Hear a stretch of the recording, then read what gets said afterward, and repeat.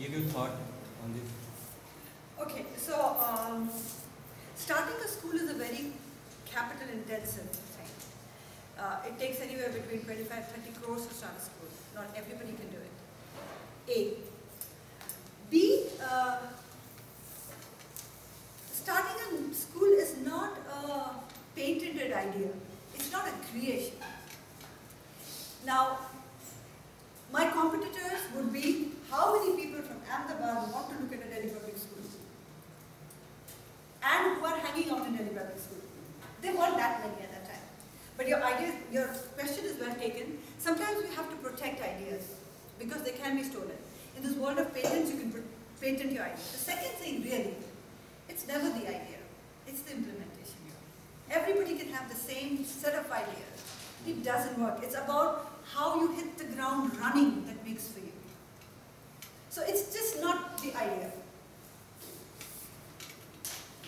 And one more question. Yes. Like you said that people who have been doing your company, with the time you realize that they are no longer useful for your company. So don't you think that it puts you into some ethical question that you should go with them? Right, right. So here's what, let me kind of rephrase that a bit. Mostly, the system ejects persons. You know, in India, we are still, we don't ruthlessly sack. We're still Indians at heart. But you know what happens? When everybody is going in a single direction, you stand to kind of, if people are not catching up to you, they get left out. And they no longer belong. They choose to opt out. That's what really happens. When you go into the second decade, a lot of people kind of just fall out of the way. At the same time, if you have people who are not working in the company, there are ways and means to get people out of the system, and I would advocate it. I have two questions. The first is, how many years it took for you in the school to reach your break even? I mean, if we see the school, initial post is initial lecturer is less than 25. But as we see, you need to convince the students, and it is one yearly planning. I mean, once the admission has been done, now you have to wait in the 1 year, and then again you have next admission. So the first question is, how many years did it took to reach your break even? And the second one is, during the course of reaching break even, how did you manage your cash flow with the 25 lakh rupees? That's it. So, there are always in business, there are two expenditures, a capex and an opex, right? To break a capex, capital investment takes many years because this is a capital intensive industry. OPEX, if you're doing well, it's about volume, it's about numbers of people, right? So if you start well, 0 to 2 years, in this school, almost second year I was breaking even in operational expenses. A CapEx took me a good 8 to 10 years, which, because the CapEx funding I got through debt, through bank. But I was able to run my work, my operations, because my OPEX was within the second year itself, I kind of broke it. Got that? Okay. Yeah. And what about DAV school when you started? DAV is also a non-government organization which has more number of established schools all over India. How did you complete it? Yeah, okay. So I've shared this with the DAV. What happens to schools? What's DAV? Is another group like the Delhi Public School. It's the biggest chain all over India. So maybe you can frame it in the form of competition. Yes, Yeah, that yes, is yes. competition. Yes, so if you were to look at the Delhi Public School and the DAV competition analysis, here's how I would respond to that. The DAVs had as many schools as CGPS has today. What happened there is when you have that many schools, the brand starts to get diluted because not everybody is working at the same efficiency like the others say. With the DAV, I think they had some leadership issues. When I was starting out, DAV was kind of declining. And then, thankfully, they infused leadership and they're upscaling again. So in big brands, this is very likely to happen, which is where, remember, I said, you've got to respond. You've got to change course. So, I think at that time, when I was starting the Delhi Public School, DAV was definitely losing its shine. But I'm glad that they're kind of working upscaling now, and they're still a neighborhood. Got that? All right. How do you? Yeah. How do you buy into the because the parents they are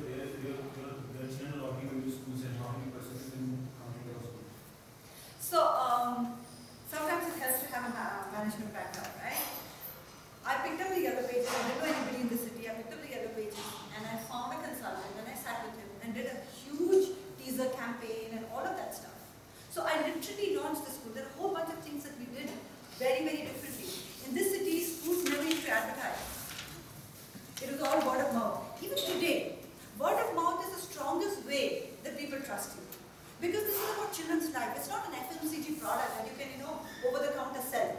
It's not like that. However, you still have to resort to branding tools, which I think I did in the very first year, which also helped the school set apart, saying, everything they do in the school is different.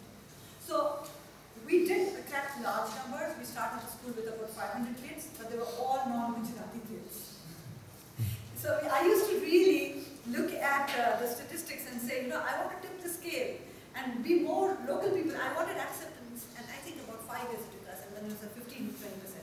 That's how it was even took 15 to 20%. Yeah.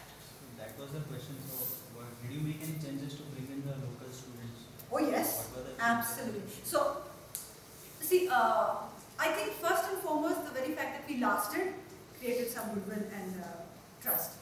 The second thing is when, always your product speaks for you, right? No matter what you say about yourself, doesn't matter. It's about, so when our children went out in society and, when people were able to compare how our children were performing, a lot of people started to trust DPS. Not just that, there was another shift that happened between Gujarat board and CBSE. Earlier, CBSE was looked at, people who don't live in America. No law, right?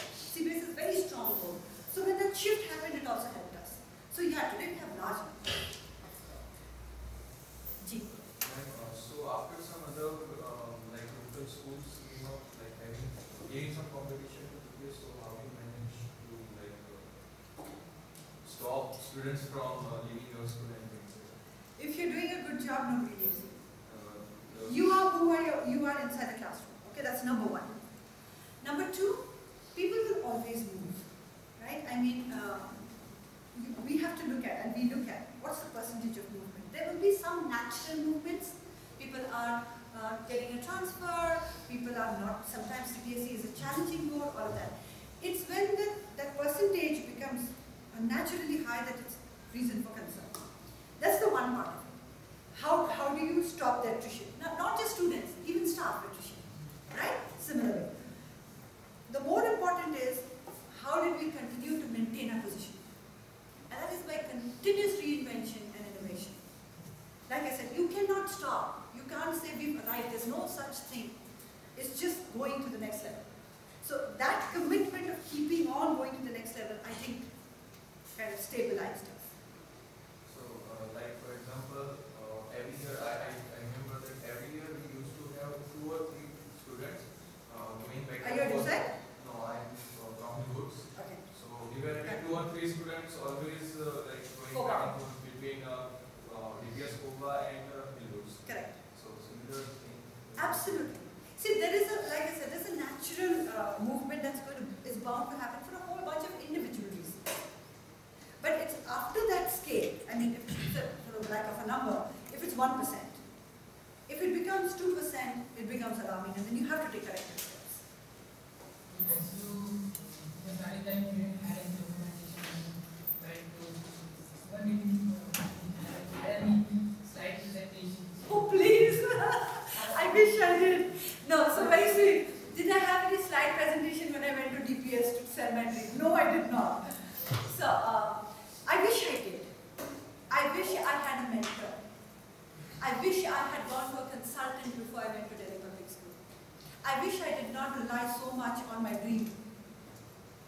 I wish I had all of those tools. I did not. But today you have the advantage of the tools. Make use of them. At the end of the day, numbers can only tell so much story. When a private equity guy, you know how private equity guys fund? They look at a whole bunch of, for 3 months they kind of dig deep into your numbers and all of your documentation. And then at the end of it they tell you the reason, and he's going to vouch for me, the reason a private equity will give you money is for 3 reasons. Promoter, promoter, promoter. After digging deep, okay? So numbers are very, very important. Documentation very, but beyond a point, it's the guy who's standing in front to take the brunt. Yeah? Anji. In India, generally, special education never receives as much attention.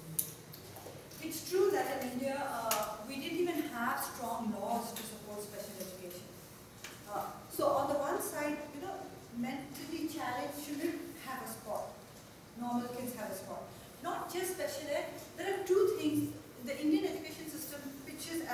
mediocre. There are two sets of people we miss out. Just below the mediocre scene and above the retarded or challenged. We don't use those terms anymore. We really say differently able. So this set of kids that look normal but have some kind of a disability in learning are the neglected dog. And then there's a gifted dog. Even that India doesn't do much for. So the laws have now come into place. I think the biggest thing we as educators face is the lack of social acceptance.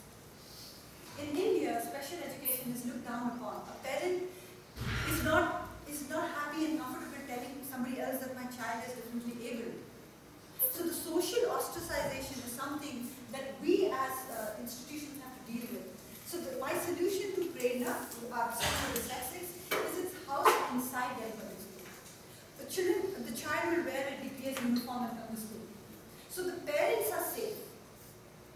And once he comes to school, we have individual learning plans, we have different, the way we treat the kids.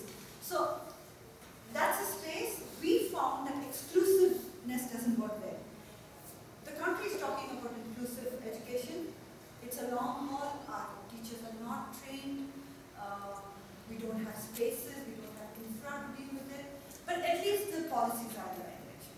Well, I see a lot of people from India going to Singapore and staying there because they want to pay their special children. You just stay there without family, without support. And here I don't see much. Yeah, I've seen that. I've had people move from Indore to have the children study with us. I mean, the parent mother would move for 3 years, 4 years, just stay here because there is a solution. It's really very rough, but I think in the next 5 odd years things should change because it's a rude reality that 30–20% of our kids we are simply losing by just not understanding them or their needs. You mentioned that you had a bad phase with the media, and one thing that you learned was you should not take it personally. But what were the other steps that you took to remain media friendly? Yeah, so just like I always had an HR division, just like I always had a law division, as a finance division, I always had a media division. So these were guys that would reach out, even when things were going wrong for us, they will stay. So we would always communicate. At the end of the day, no matter how much bashing we got in the press, we'd communicate our story. We always returned our voice, so to say. We kept in touch. We never isolated. We never say, sorry, no comments. We always tell our story. That's one. Two, when this whole thing died down and all of that, we reached out. Our success stories, all of that, we reached out to the press and started to talk about it. If there was ever any press invite for the next 2 years, I actually made sure that I went. So I started to build the bridge. But that's really after I realized that it's not personal to me, it's not a personal attack. And I think that stood me in good stead. Have I answered your question? I have 2 more questions. Sure. One is that did you try any innovations in hiring the teachers, because the way a school runs is really dependent on who is the teacher. And the second thing you said is that you find lab to be quite cheaper than quitting, but equity is better for the Scale. For scale. Can you elaborate? Yeah, I will.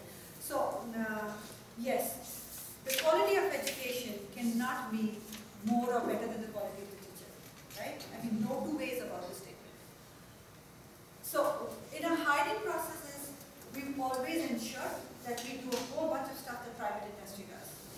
So, we would take a class teacher and have demo classes, series of demo classes, and get feedback not only from peer, also from students. Then we check out the writing skills and speaking communication. See, communication of a teacher is very, very important. Sometimes the finest students don't make a good teacher because they're not able to communicate the ideas in a simple manner where the students can accept it. Right? So communication we check out. We also do what we call psychometric profiles to understand how they connect, what is the interpersonal skills, what are the leadership skills and stuff. So all of that has helped us.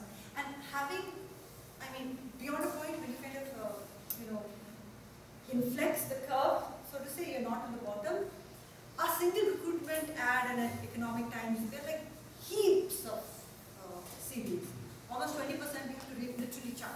So we don't have a problem with receiving people or applications. If our process is good, we find good people. So that's one. I want to just extend that a little bit. We went backward integration and started what we call a Calorx Teachers University, focusing on quality teachers because the K-12 space is growing almost at 50% rate according to the trade reports. And who's going to service these classrooms? But the unfortunate part of that is this: no urban kid wants to be a teacher. Not you, nobody you know wants to be a teacher. So the quality gap remains. We are only able to recruit people to be teachers from semi-rural backgrounds.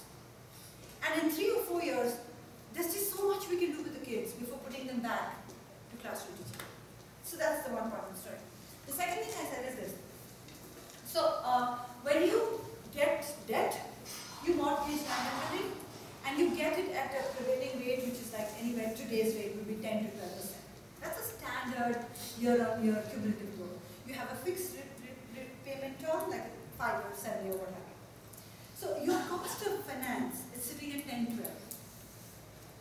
When you take a private equity, they come in and